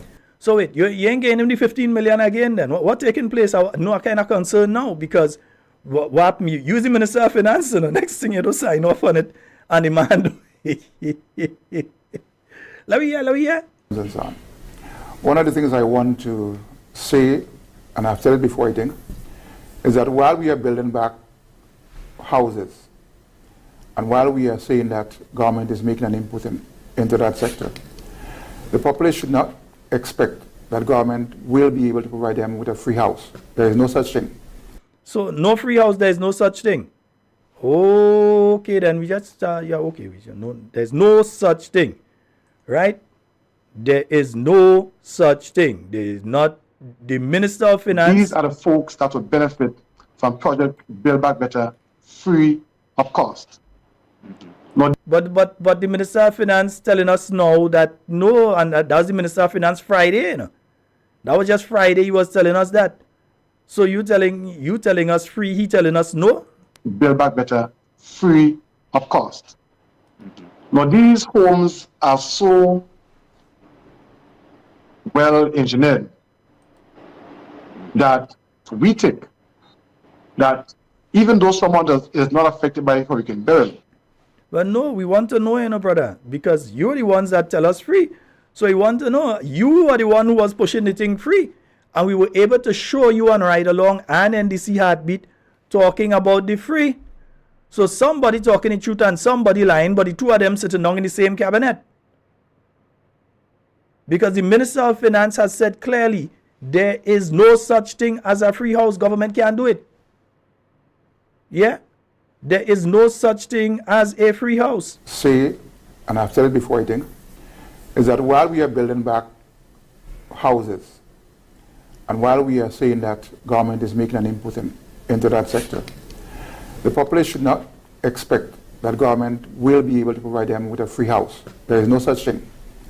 So whether or not... So what we were being told about then? So what about them other houses? So the main people and them who lose their house totally, they have to pay. We just making sure because you is the man that holding the money. Yeah, you is the man that holding the money. So the man that holding the money is saying this to us. Is that while we are building back houses, and while we are saying that government is making an input into that sector, the population should not expect that government will be able to provide them with a free house. There is no such thing. All right, so there's no such thing. So we ain't getting no free house. All right. We just... Well, who talking the truth? We want to know because one telling us free house. The man going into detail and all kind of thing. Okay, so we understand your statements, we're not obfuscating here. In other words, we are not corrupting your statement here. We understand you to have said, you, Mr. MIT, yeah, master in Tata, yeah, MIT minister, the master in Tata. You said to us, the Grenadian people, that the houses will be free for anyone that was adversely affected by the hurricane. If they're coming, they're billing for you free. But if somebody was not affected by Beryl, for instance, myself, who didn't lose a house, who don't even have a house to lose a house, but decide that I want to build a house, and I say I like that design, I have a piece of land, and I want the house built, that I would have to pay for it, which I could understand is reasonable once you can afford to pay for it, and you go and you pay for it and they build it for you, right? But you are saying it's free. So I'm trying to figure out, as somebody just asked me, two aliens sit down in the same cabinet, two aliens sit down in the same executive at the NDC, all it doesn't meet and talk. They just give the MIT, yeah, the master in Tata, they just give he a whole $15 million out, well, use the one that to sign off on it. So they give him a whole 15 million, and you are saying something different to what he is saying. And I think the Grenadian people are beginning to become confused, because every time it comes to houses, not because house is the symbol of the NNP, that every time it comes to a house and it's you all, is some kind of problem. The Chinese give houses, the new National Party build it out and everything. It was constructed just to hand it out. You all had a problem with handing it out before. You all take it. You all charge exorbitant funds to the people instead of the nominal fees that they ought to have paid. You all charge exorbitant, sending people in bank to get loan. If they can't get it, they can't get the house. All sorts of things that you all did. People in Carriacou already got their letters. They got their letters in hand. You all take it back from them and give the houses to other people. People running for shelter during the hurricane, all they come and lie and say, oh no, the people did go afterwards. No, they run there for shelter. You all put them out. And then after the hurricane, it took you all going on 3 months before you allow anybody to go inside there, and then you were very selective in who you allowed to go into those apartments and there. Meanwhile, people in the situations that you're still seeing in Carriacou and Petit Martinique, and you all come in and grin for us like Shashakat? Really and truly? So who we believe in now? I'll go open the phone lines in a little while. Who we believe in now? Yeah? I think sometimes before these guys talk, they must say crick crack. Yeah? I think sometimes before they talk, they must say crick crack. Right? Because again, right before the Minister of Finance was interviewed, I was listening to the same MIT minister, and I want you all to listen carefully what is being said here. Tell me if that song is it making sense to any of you. Yeah? Listen, because these guys go and they feel, and I understand it, you feel because you're a minister now and you're sitting in cabinet, there's a certain aura, and you believe that you are expert in everything and you know in everything. So if somebody tell you they are the call, you're acting, the only thing you don't do is you write a prescription for them, because you're minister, you know everything. So engineering, you know everything. I know that has happened to some people when they get a local position, they suddenly become experts in everything. So when I hear the MIT minister making this statement on Friday, I was kind of concerned about his mental health, Resilient with a parapet roof and so. Then we have Project 500. Project 500 is a project where we aim to build some Grenadian-style affordable houses. And in doing so, we will be building it in a community, in clusters, and also in a more affordable manner than the normal conventional way of construction. Project 500, the difference here is that, one of the highest costs in construction is labor. And if we can eliminate the time it takes to build a house, it means that we are eliminating the highest costs in the construction of the house. And that's what Project 500 is aiming to do, where you can build a house basically in a day or two. You can have a complete house built.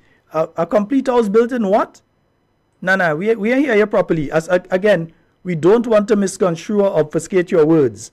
So let's say you could build a house in how long?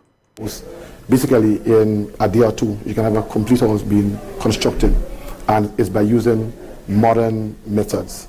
Now, okay, so in Project 500, no, let me pull this like this. Yeah, so in Project 500 right now, that's the other project now. So Project 500, you're going to have these houses basically prefabricated, built in a day or two. So you're talking about building houses in a day? That ain't involve pouring concrete or anything like that. That ain't involve setting up a foundation for these houses to go on, or they just resting that on the mud just so? Or they just resting that on rock just so? Yeah? So you are going to build these in a day. That is how long, because remember, this is the same person who was talking about 3 weeks to build them houses, and the engineers pulled themselves out. They say it's going to take how much days just for the concrete to settle and all this kind of thing. But now you say modern methods. So we building a house in a day. Yeah, right, yeah. Yeah, I stupid. I go believe you're right, yeah. Yeah. The 500 is aiming to do where you can build a house basically in a day or two. You can have a complete house being constructed, and it's by using modern methods.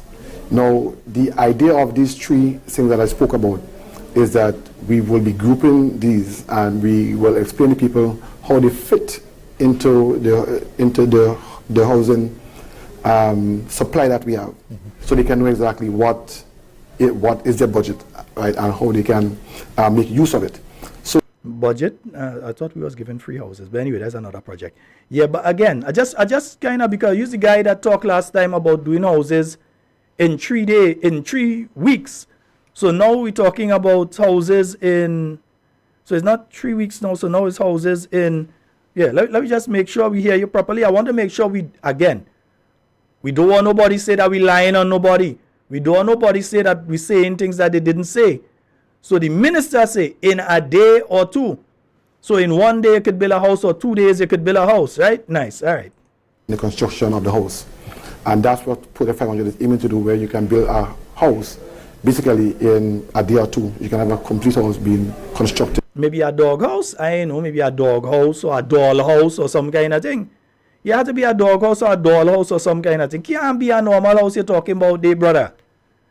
Even if it's prefab, you still have to consider the foundation that it's going to go into. You have to dig down, and you have to put a proper foundation that you're going to lay the house, bolt the house into. And you're not going to tell me that you're going to pour concrete, set up a foundation, and after you set up that foundation, that you're going to bolt a house on it the same day. So the concrete ain't even dry yet. Even if it's fast drying concrete, you still cannot bolt something onto it in the same day and say you're putting up the house. This is not, listen, I've worked after Hurricane Ivan. A group of young people led by Honorable Emlyn Pierre, a group of young people called Spice Youth Promotions, did houses around the island for different people. We were able to construct wooden houses. That is houses that going up on wooden pole. Because you know what you're doing, you could throw up the general house over a weekend. So we had a team of guys that would go Friday, they mark out, they dig, they put down the poles and different things like that. The whole team would come in on a Saturday, and you start the major thing, you start to go up at your walls and so on. By Sunday, you're doing your roof. And we still were not able to complete in 3 days. You had to come back afterwards and put in your doors and the windows, and then the internals are going to take some time. So they say that you're going and do these houses prefab in 1 day and that sort of thing. Well, what kind of house he talking about? Had to be dog house. Had to be dog house. Once again, so that you all hear it and anybody joining right now can hear it as well. Yeah? Anybody that hear it could tell me again. Anybody. Yeah. Let me hear it again. Right. One more time. The highest cost in the construction of the house. And that's what Project 500 is aiming to do, where you can build a house basically in a day or two. You can have a complete house being constructed, and it's by using modern methods. Now, the idea of these three things that I spoke about. So modern methods, are you referring to prefab houses and that kind of thing? Because remember, you had a thing against prefab houses, and we want to make sure it's not prefab houses you're talking about, because I can remember you on that same ride along program that you was talking about all kind of nonsense, that you was talking about prefab houses, and you ain't really, prefab houses ain't really the way to go and that kind of thing. Yeah, so let me see. Yeah, I want to hear you. And people, I'm hearing some folks on the other side talking about the money that MIT is getting. Money that MIT is getting is putting it back, is the money goes back to the ordinary man on the ground. The ordinary man it's going back to their pocket. Now, Project Build Back Better, what we could have done, we could have gone the way of prefab and getting companies from outside to come and do the prefab method to build back. But guess what? If we do that, the funds that was approved for MIT, that money will be going to Miami and all these other places. So wait, so what happened with the prefab that you're looking to do under Project 500? Because I do know you're speaking about two different projects here. You're speaking about Project 500 and Project Build Back Better. Although we know you all plan to mix the amount of houses done under both of them to say you do 500. We understand. We understand all you come with that, right? But still, if the idea is that you're trying to spend the money locally so you're not going to go prefab, why is it all of a sudden you all going to prefab for the other project? Yeah? What we could have done, we could have gone the way of prefab and getting companies from outside to come and do the prefab method to build back.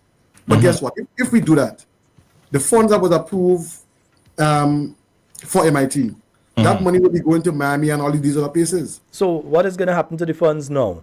Yeah, where will they be going now? Anyway, folks, let's go to the phone lines. We have a limited amount of time remaining. 440-7377-347-329-3101. Yeah. Yeah, 440-7377-347-329-3101. Zion is your name, written there in that land's book of life. Yes, folks, remember one day and you get in your house, eh? Once you approve, man, they're building the house in one day. Or two. Roll call tonight. It was a book. And don't give me a figure of speech because you qualified the statement by saying it will be done in that time frame using specific methodologies. So don't try to say it was just using a figure of speech. That ain't go work. Jump away, roll call. Roll call. Jump away. There's a meeting up in heaven. Roll call.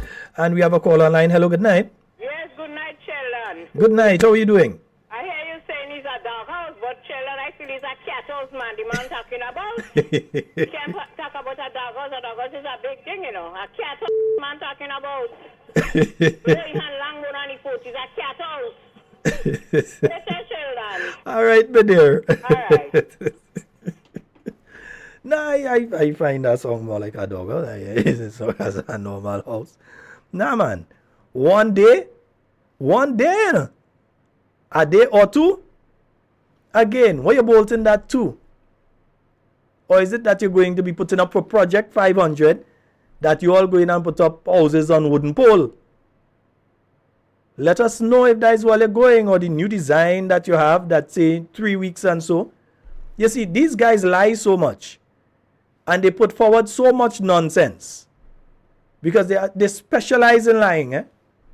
And they put forward so much nonsense that they tie themselves up and talk over themselves. So while the minister MIT, who sits in cabinet, who sometimes act as the prime minister, and you realize is the two guys who does usually act as prime minister that basically counter in what each other saying. So one of them who does act as prime minister saying, we're giving all of them house free. The other one is saying, no, we can't give all you free. There's no such thing as a free house. So we can't give all you free. And people who are out there pushing that they basically need to stop.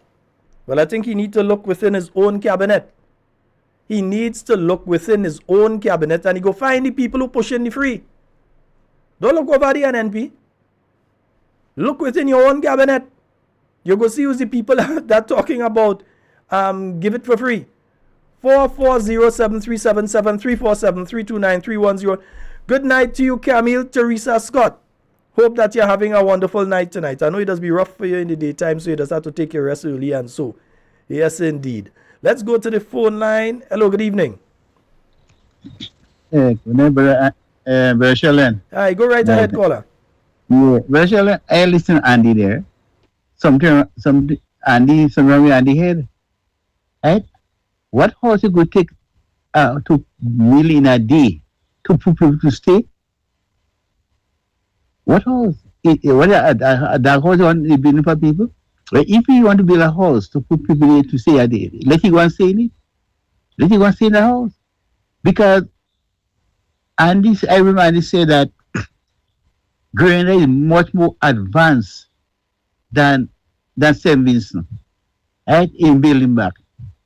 And when when I watch what is going on in Carriacou with the student in Carriacou, where they have them, Brother Sheldon, like tears almost coming to me eyes to see the teachers, the young children funny in the condition, right? In the condition. But this government have no heart. They have no love for the poor people, the little infant children.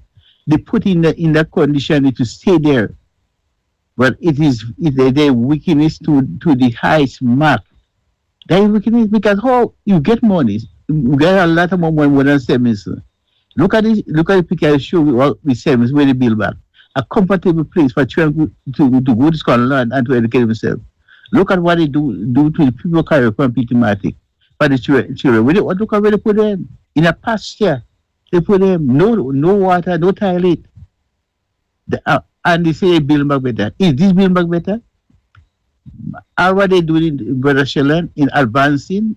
They're more advanced than the government of St. Vincent in line. So they get a degree in line. Why they line? The government of St. Vincent building back and making sure the children have a proper place to study and to educate themselves and feel comfortable. Brother Sheldon, have a blessed night. All right, thank you very much, caller. 440-7377, 347-329-3101. Those are the numbers for you to call and get onto the inside. But we know why I don't say them kind of thing, you know, man. Yeah, remember that statement from you, you know. Yeah. Remember this. Wonder if I could find it. Yeah, let me see if we could find that statement there. Yeah, remember the statement from you, eh? Joking and have a good time. Let me tell you something again, right? What people don't know about me. If you give me a chance, I will talk shit for the whole day. Yeah, we know that. Yeah. We kind of realize that now. We know it now. Right? What people don't know about me. If you give me a chance, I will talk shit for the whole day. We have a caller online. Hello, good evening. Good evening, Sheldon. Hey, how you doing? Not too bad. I have two questions. I'm hearing you pretty low, though. Could you up your volume a little bit on your end? I'm them on a house phone. Oh, okay, go ahead, yeah. I want to know what that insurance, I'm going to have two questions and then you'll explain it to me. Mm-hmm. What was the sense of that insurance for that $118 million? And I live through Janet. And, you know, we had the pre-cut, what they call the Janet House. Mm-hmm. That we got it and we didn't have to pay nothing for it. Mm-hmm. And I heard Mr. Andy say it'll be first time in the history of Grenada, Grenadian will be getting a house for free. So you explain them for me, please. Poor me. All right, brother. Have a good one. Yeah, poor me. Them people don't say, let me hear this say. Again, that we are in the era of social media where you can document and record everything. You can see how fast something is moving. But if you compare what we are doing to some of our neighboring islands who were affected, we are fine front. We were? We go show the video again just now, and we were? If you compare what we are doing to some of our neighboring islands who were affected, we are fine front. We are fine front.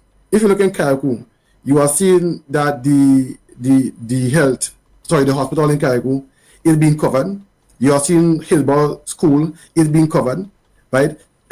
You are seeing the fact that we are moving the governance from the sea, all these things, you know. So Junior and Grenada, we are moving fast. Some may not accept it, or some may not want to accept it. But if you compare to our neighboring islands, we are moving faster than them. Yeah, we're moving faster than them. All right, we hear you. All right, yeah. We're moving faster than them. Okay, all right. Nice. Yeah. Let me just remind people, yeah.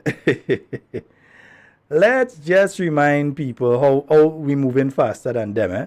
Yeah, let's just remind people how much we're moving faster than them. Well, we had one of the classrooms at Annesville for the Union Island Secondary School. You see the whiteboard? Yeah. Is there? There's an adjacent room. Yes. You can look at it as well. Seating arrangements being made. And the teachers from this place here, you're watching, and people here, they are fanning, no fan, no electricity, no nothing here inside an enclosed tent, and it is very, very hot. Teachers, everybody, uncomfortable, they're crying. They're crying out here this morning, the principal and everybody. You could see what is happening in this enclosed area. But what we're seeing here today, that is a disaster.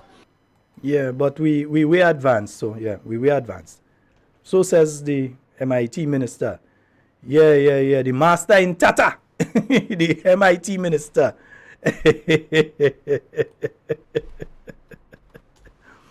Oh boy, 4407377. Let's go to the phone lines. Hello, good evening. Hello, good evening. Hello. Hi, good evening. Go right ahead, caller. You're live. Yes.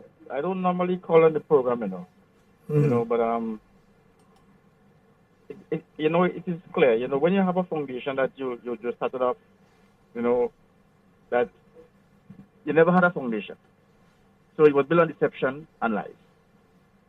And what is happening right now, just bear fruits, and we as a people, you see what happened, right, that generation from generation go.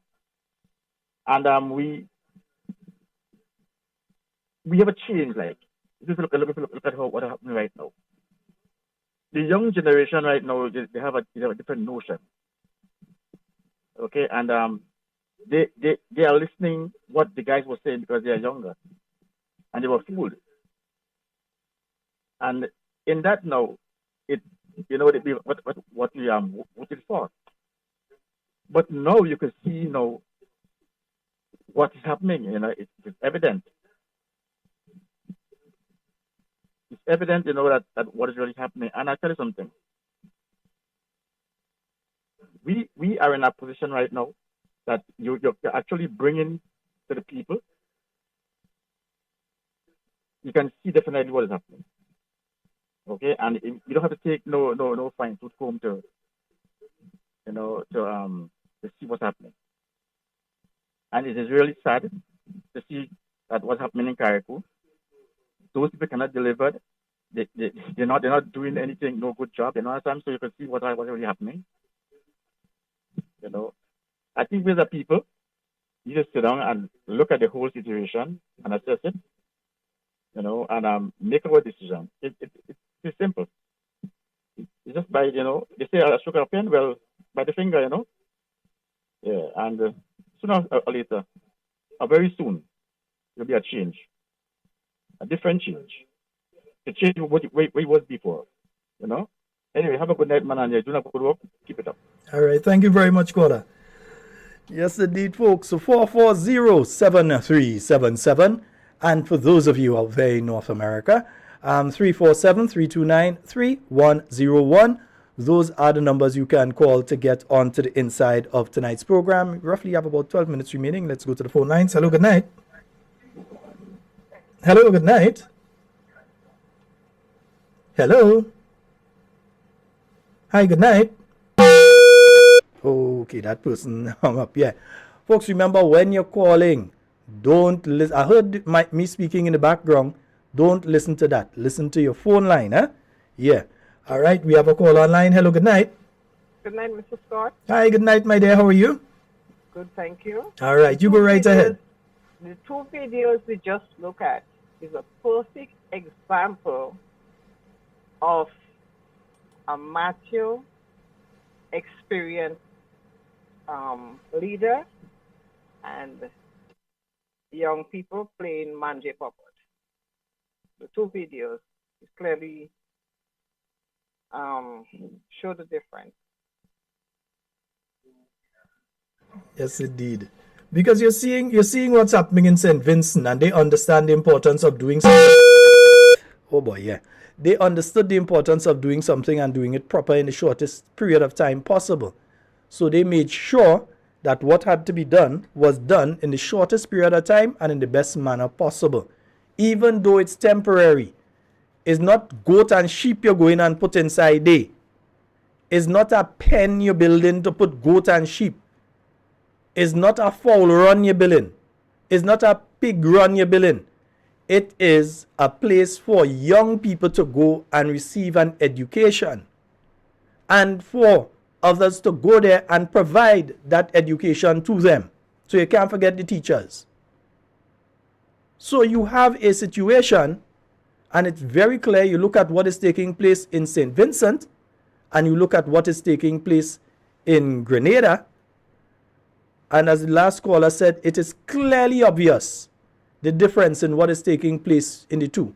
One shows experienced leadership handling a crisis. The other one is people playing. They can't stop us from saying it on the program. Manje pop up. Yeah? 440-7377 347-329-3101. Yes, we have a little bit of time remaining, so you all can give a call. 440-7377 329-3101. Yeah, remember, I'm going to put it up again, you know. Yeah, I want you all to remember what the students in Carriacou are going through. Yeah? Just remember what the students in Carriacou are going through. The Petit Matnik, the president, this is the voice of the president of the Grenada Union of Teachers. Together with me, we have some elected officers here, and our mission is we visited Carriacou and Petit Matnik to see what is happening for the reopening of schools and the conditions under which teachers and students are operating under.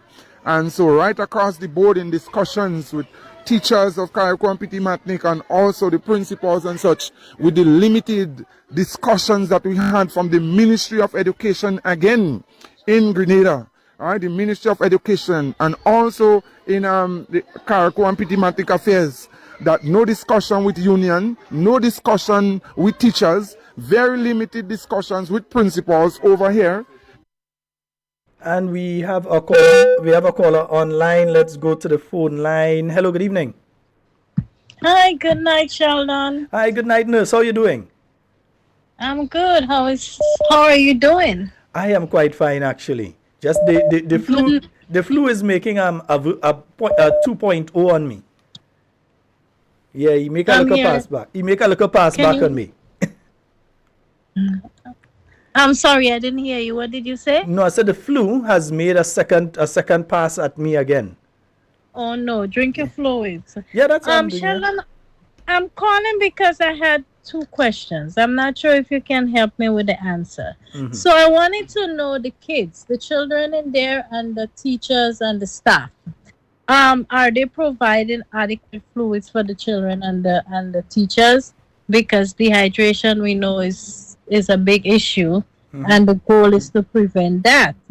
And second, I wanted to know if they have like a hospital up and running there, because if you have a few students or teachers with dehydration, heat stroke, and all of that stuff happening at the same time, do they have healthcare workers right there?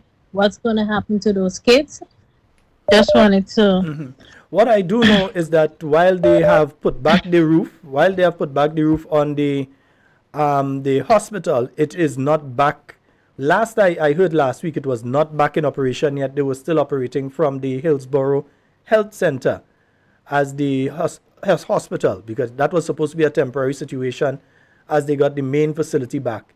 I am not sure if over the past few days they are now back at the main hospital facility, but it's still a distance away, and somebody suffering from dehydration, and then you have to try and rush them down. Remember, it was clearly said by the president of the Teachers Association that there's no water there. So, Sheldon, you can't because even flush I'm the concerned toilet. with, There's with no this water. thing. So, if let's just say not one, but like say 5 students, even teachers, they start, dehydration could lead to different things. So, what if they passed out? Not one, but more than one at the same time. What's going to happen? Do they have like medical staff there available? I'm just confused. Yeah, it's a serious concern. Dehydration is nothing to play with. We know you could damage your internal organs. It could cause all sorts of other problems. And we have been having, over the past number of days, and I don't know if people have been monitoring that, we have been hitting record high temperatures for these dates. For instance, I'm not sure if it happened today, I didn't check, but we have been hitting record high temperatures over the last week or so for this time of year. Yeah, and we have been having heat waves every now and again. So it's a dangerous situation to place those children in that situation, no water, and you lock them in these kind of places there. I just wanted to say to the parents to watch out for the signs of dehydration. You know, look for the urine. If it's dark in color, urine is not supposed to be dark. So if it's dark and it looks like coffee, it looks like tea, it looks, darkish in a way, that's a sign of dehydration. Mm-hmm. So look for that. Look for the urinary output. If they used to urinating several times and you only see them urinating once for the day, that's another sign. Make sure they get fluids. Another thing they have to look out for is UTI. That's going to increase UTI. So teachers, students, parents, look out for that because that's very dangerous. Mm-hmm. And what should they do if somebody passes out? Let's say a student passes out or a teacher passes out, and they recognize this dehydration. What should they do immediately? I mean, if they pass out, we can't tell if they may not be able to drink water. I mean, you just have to cool them down the best way you can until they gain consciousness. They come on, then you could give them some water and stuff, but you got to keep them cool. See where you can get some cold pack and stuff like that and put it on them and fan them, whatever. I'm not sure if fanning is not going to help in that heat anyway. But, that's why I'm concerned about, because it's what can you do much with what's going on there? And then you don't have like I said, no healthcare workers on the scene right there. That's why, that's my concern. I'm asking if there's any like nurses or, EMS, something there for just in case that happens on standby. I am seriously doubtful if that is the situation. I'm doubtful if they do have that on standby there. Especially if they're running around. You're running around, you're losing all that, you're sweating, okay? You're losing all that electrolytes, your sodium, your potassium, all of that. You're burning it out. You're not putting it back in. If you're not putting that back in. Those things too. Another thing can lead to seizures also, Sheldon. So I just looked at that and I was looking at the video. I was a little busy doing my little charting to close my chart. But then I looked at the video and I saw that, and that was my main concern, So that's why I just to find out if, they're getting a lot of water and coconut. They can have coconut water there on standby. That's free. You get a tree and you get those things, but make sure the kids are hydrated. Ice chips, something for them. All right, nurse, I'm gonna have to take it there because I'm down to my last 3 minutes. So okay, have a good night, Sheldon. Thank you so very much. Points. Yes, indeed. Okay. All right, thank you so very much. Yes. You're welcome. Bye. Yes, indeed. A nurse being typical nurse. Yes, she's looking at the aspect of what can happen with these children in that situation. Yeah? What can happen not just with the children, with the staff too. You're facing dehydration. You don't even have water to flush toilets. You're in an unsanitary condition. The place is unsanitary. So they are not supposed to be having children there. And while St. Vincent looking like, you understand. We down here sticking children in tent. And again, also remember, the president of the teachers union said that is not the only location that have that or similar situations. There are others in Carriacou. He only showed us one. But he said there are others in Carriacou that have a similar situation. And before I leave, I just want to remind you all, because no matter what some other people say, we listening to the man who does control the money. The man who does control the money, he say what he had to say. Let me hear what the man who does control the money say. Right? Let me hear what he had to say. One of the things I want to say, and I've said it before, I think, is that while we are building back houses, and while we are saying that government is making an input into that sector, the populace should not expect that government will be able to provide them with a free house. There is no such thing. All right, so there's no such thing as a free house. Government is not going to be providing any free houses, yeah? Yeah, government is not going to be providing any These are free the houses. folks that would benefit from Project Build Back Better free of cost. Now these homes are... We're just making sure because we're hearing another story from another minister in the same cabinet as you. I don't know if one cabinet meeting in the kitchen and the other one meeting in the dining room. So I don't know. Maybe it's more than one cabinet, but we thought both of you all in the same cabinet. So folks that would benefit from Project Build Back Better free of cost. Now these homes are so... So maybe you in the cabinet that behind your back, maybe that cabinet you're in. I don't know. That's the cabinet you're in. Let me just make sure because we just hear it here no free house. From Project Build Back Better free of cost. Now these homes... All right, okay. We just wanted to make sure that we did hear what we thought we heard. Folks, we want to thank you very much for being on with us tonight. It has been wonderful being here with you. And of course, we have come to the end of tonight's program. Now, for tomorrow, from 6:30, Talking Points will be going live from 6:30 p.m. with the meeting that is taking place at the Grenville Secondary School. That meeting, I am gauging, may end by about, according to the time, if it starts on time, it should be ended by 8:39, which would mean we would have an hour or so that we can do the show. So once I'm feeling a bit better, because I'm actually in here and I'm feeling like crap, I'm telling all this straight. Head hurting, eyes hurting, joints paining, all kind of thing. I'm not feeling well.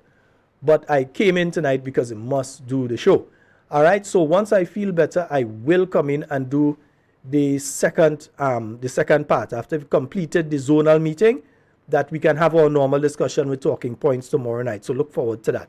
All right, yes, I am working on it. One of the listeners made sure I have my Buckleys. So I have my Buckleys. Another listener make sure I have my honey. So don't worry, I know I'll let us take care of all your boy. Let me people come in and find me quite where I staying. Yeah? I could call them, but here what I'm calling name. They come in and find me quite where I staying and they bring in honey and all kind of thing. Big bottle of honey, all kind of thing. Shall I know you have to make sure and think who find it, come get your Buckleys and so they send Buckley Sweetie, they send the liquid, everything for me. Say what? We have to, you have to check yourself. Nice, right. So I'm hoping that by tomorrow I feel a lot better. So we'll be able to do the program. But definitely Talking Points will be going live tomorrow from roughly 6:30 p.m. We'll be going live with the zonal meeting. And then when that meeting is completed, I'm gauging by 8:30, latest 9, that we will be doing Talking Points right after. So the zonal done.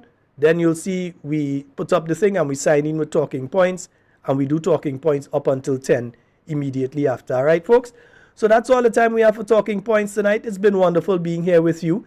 In everything you say and do it safe and secure. I want to be speaking to and with you and definitely not about you. Reminding those of you in St. Andrew again of the zonal meeting taking place at the Grenville Secondary School tomorrow from 6:30. Come out in your usual numbers. We've been seeing you all. Come out in your numbers and show your support and also hear the message directly of and from the new National Party. My name is Sheldon Scott. Love you all. I am out of here. My partner Big J does say, I want to fall. Me, I want to fall. I want to stand up for my rights. Everything appears so easy for the new PM in the city. I say this man is a magician with his golden pen in his hand. See me waiting for miracles, but all I getting is basket and brambles with lawyer tactics so he could deceive. Cause we so gullible and so naive. By the stroke of a pen, massive increase in salaries. They were broke, so no more money worry. By the stroke of a pen, a whole family on the breadline. A special need child, he was only 9. By the stroke of a pen, embezzlement in lotto. You save a man to make laco. By the stroke of a pen, the boss flies in helicopter to see kayaks wet in rainwater. The pen never drink, the pen never smoke, but somehow that pen catch a stroke.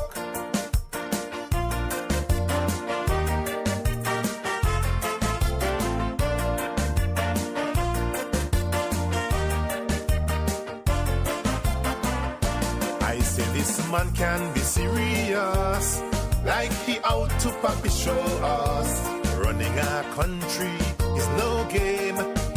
It's not about likes and fame. You promise sun, wind and rain. What on earth you won't promise again? In the same breath you're changing your mind. No paper to be signed. By the stroke of a pen, free money in GDP, but you must be in certain category. By the stroke of a pen, Chinese houses were snatched away.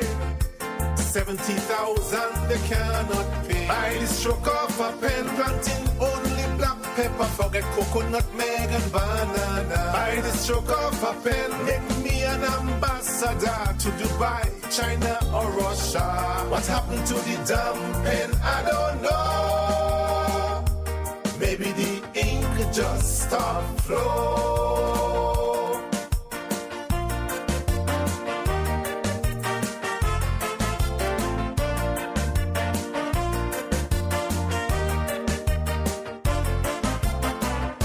If you take back on your promises, with your eloquence come say that with ease, people will certainly understand. Don't afraid to be a man. The country has never been hard so. Use the pen, let some money go. You said we deserve a lot of money. Was that election gimmickry? By the stroke of a pen, bring me on the plane with you. Foreign minister can help you. By the stroke of a pen, kayaks running from burial. You shut down the houses that was cruel. By the stroke of a pen, you promised our healthcare will be the best in the hemisphere. By the stroke of a pen, one infant mortality keep hurting family. The pen never drink, the pen never smoke, but somehow that damn pen catch a stroke. They say today's walk on a boat bridge cost 90,000. I wonder in whose hands that money gone. 200 houses each at 50 grand. That can never be 15 million.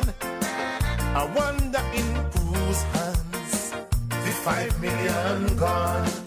Supplementary budget